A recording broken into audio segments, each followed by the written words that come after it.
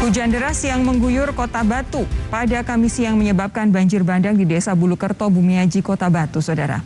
Dua warga terjebak dalam rumah, selain itu ribuan warga Dusun Genting dan Dusun Bulu Dendeng juga terisolasi karena satu-satunya akses terputus dihantam banjir bandang. Pihak BPBD dan petugas gabungan masih melakukan evakuasi terhadap korban yang terjebak dalam rumah.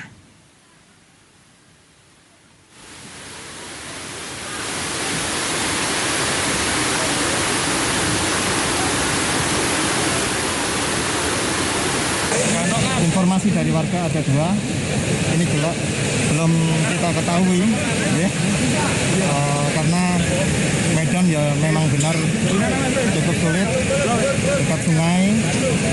Nah ini kita berusaha semaksimal mungkin. 3 regu Yuda Bramajaya dari Damkar Mat terjun langsung ke lokasi, Pak.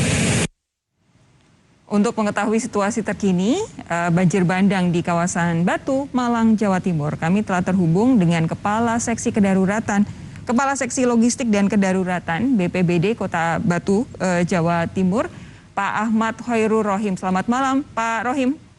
Selamat malam. Pak Rohim, saat ini situasi di Kota Batu, Malang seperti apa? Ya, jadi untuk update malam ini situasi di Kota Batu, hujan sudah mulai reda, jadi tinggal hujan rintik-rintik. Namun siang tadi sempat terjadi hujan lebat sekitar 1,5 jam di Kota Batu yang menyebabkan adanya banjir bandang yang berdampak di beberapa desa di Kota Batu. Kondisi saat ini para korban seperti apa? Adakah korban jiwa atau warga yang hilang, Pak Rohim? Ya, untuk update terkini berdasarkan hasil penghimpunan data di lapangan oleh teman-teman petugas, ini yang sementara terupdate ada data korban hilang maupun yang sudah ditemukan. Untuk sampai malam ini kurang lebih ada terdata 10 orang hilang, 4 sudah ditemukan, yang lain masih proses pencarian. Oke, jadi 10 terdata hilang, 4 ditemukan, berarti masih ada 6 orang yang belum ketemu ya Pak ya? Ya, cuman ini kami 6 orang ini kami masih cross check lagi memastikan apakah memang benar-benar hilang karena hanyut atau memang saat kejadian berada di tempat lain karena statusnya belum bisa dihubungi, bisa jadi karena di tempat lain ini atau gimana, kami masih terus memverifikasi data yang hilang ini. Kemudian itu, yang kedua pengamatan visual teman-teman di lapangan juga banyak rumah yang rusak, kemudian bangunan rusak, kendaraan hanyut. Ini kami belum bisa melakukan pendataan secara pasti kerusakan karena tidak memungkinkan, karena kami fokus malam ini melakukan proses evakuasi, pencarian dan pertolongan korban yang hilang maupun yang penyediaan tempat penampungan bagi warga yang rumahnya malam ini tidak bisa ditinggali. Gitu. Pak Rohim, ini kan kalau kami lihat dari video-video yang masuk ke Kompas TV itu kan air banjir bandang itu kan berlumpur dan pekat sekali.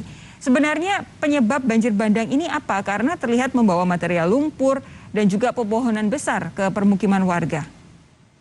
Ya, di visual memang kondisi di lapangan banjir ini membawa material lumpur, kemudian juga kayu, pohon.